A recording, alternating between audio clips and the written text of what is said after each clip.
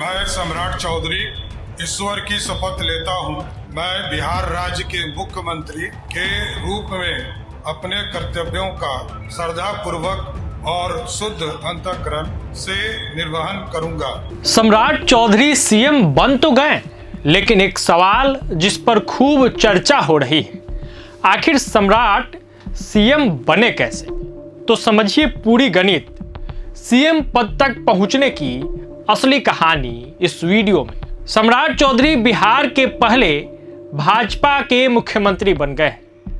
उनकी इस बड़ी राजनीतिक छलांग में नीतीश कुमार का भरोसा बेहद अहम रहा। राजद से भाजपा तक कई दलों का सफर तय करने वाले सम्राट ने लंबे संघर्ष, रणनीति और संगठन कौशल के दम पर यह मुकाम हासिल किया है। बिहार में भारतीय जनता पार्टी के पहले मुख्यमंत्री बनने वाले सम्राट चौधरी का राजनीतिक सफर काफी उतार चढ़ाव भरा रहा।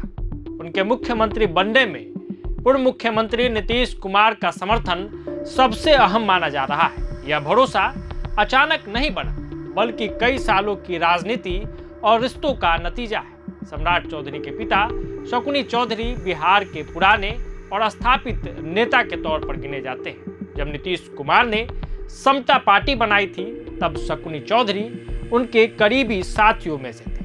दोनों नेताओं के बीच लंबे समय से राजनीतिक संबंध रहे। इसी पुराने रिश्ते ने भी सम्राट के लिए रास्ते को आसान कर दिया। सम्राट चौधरी कभी नीतीश कुमार के विरोध में खुलकर बयान भी दे चुके हैं। उन्होंने एक समय कहा था कि नीतीश कुमार को हटाए बिना मुरेठा नहीं खोलेंगे, लेकिन समय के साथ राजनीति बदली और दोनों के बीच भरोसा मजबूत हुआ। यह भरोसा 2024 में डिप्टी सीएम बनने के बाद नहीं, बल्कि 2014 में ही बन गया था। 2014 में क्या हुआ था यह भी समझ। तो 2014 में जब नीतीश कुमार भारतीय जनता पार्टी से अलग होकर अकेले पड़ गए थे, तब सम्राट चौधरी ने बड़ा राजनीतिक कदम उठाया था। उन्होंने लालू यादव की पार्टी राष्ट्रीय जनता दल में टूट कराई और कई विधायकों को अलग कर दिया। उस समय यह कदम नीतीश कुमार के लिए राहत लेकर आया।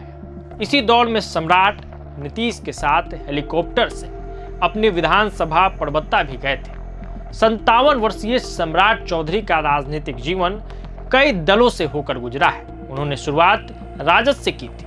राबड़ी देवी सरकार में वह मंत्री भी बने, लेकिन उम्र विवाद के कारण पद छोड़ना पड़ा था। बाद में वह 2 बार राजद के टिकट पे विधायक बने। 2014 में उन्होंने राष्ट्रीय जनता दल छोड़ा और पिता के साथ जनता दल यूनाइटेड में शामिल हो गए। फिर 2015 में जब नीतीश और लालू साथ आए, तो सम्राट जीतन राम मांझी की पार्टी हिंदुस्तानी आवाम मोर्चा में चले गए। हालांकि वो इससे इनकार करते हैं। वहां चुनाव में मिली हार और कुछ समय बाद उन्होंने भाजपा का दामन थामा। दिलचस्प बात यह रही, 2017 में भारतीय जनता पार्टी में शामिल होने के बाद सम्राट चौधरी की राजनीति ने तेजी पकड़ी। पार्टी ने उन्हें ओबीसी चेहरे के रूप में आगे बढ़ाया। पहले प्रदेश उपाध्यक्ष, फिर विधान परिषद सदस्य और बाद में पंचायती राज मंत्री बनाए।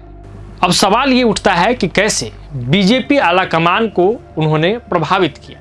तो 2022 में भाजपा ने उन्हें विधान परिषद में नेता प्रतिपक्ष बनाया। उनके आक्रामक अंदाज ने पार्टी नेतृत्व को प्रभावित किया। इसके बाद उन्हें बिहार भाजपा अध्यक्ष बनाया गया। 2024 में नीतीश कुमार जब फिर एनडीए में लौटे, तब सम्राट चौधरी को डिप्टी सीएम बनाया गया।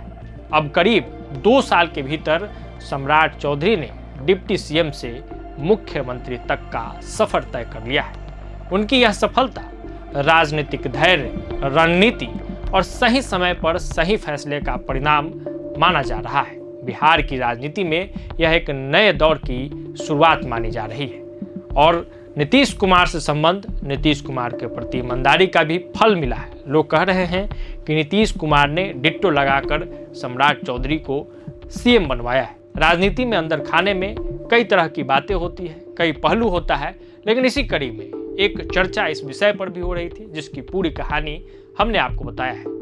आगे भी बिहार के इस बड़े राजनीतिक घटनाक्रम पे हम लगातार नजर बनाए हुए हैं। जैसे ही कोई अपडेट, कोई बड़ी बात निकल के सामने आएगी, हम आपसे सबसे पहले उसको रूबरू जरूर कराएंगे। जुड़े रहिए प्रभात खबर के तमाम डिजिटल प्लेटफॉर्म्स के साथ। आपका बहुत बहुत धन्यवाद। प्रभातखबर.com, विश्वास वही, रफ्तार नहीं।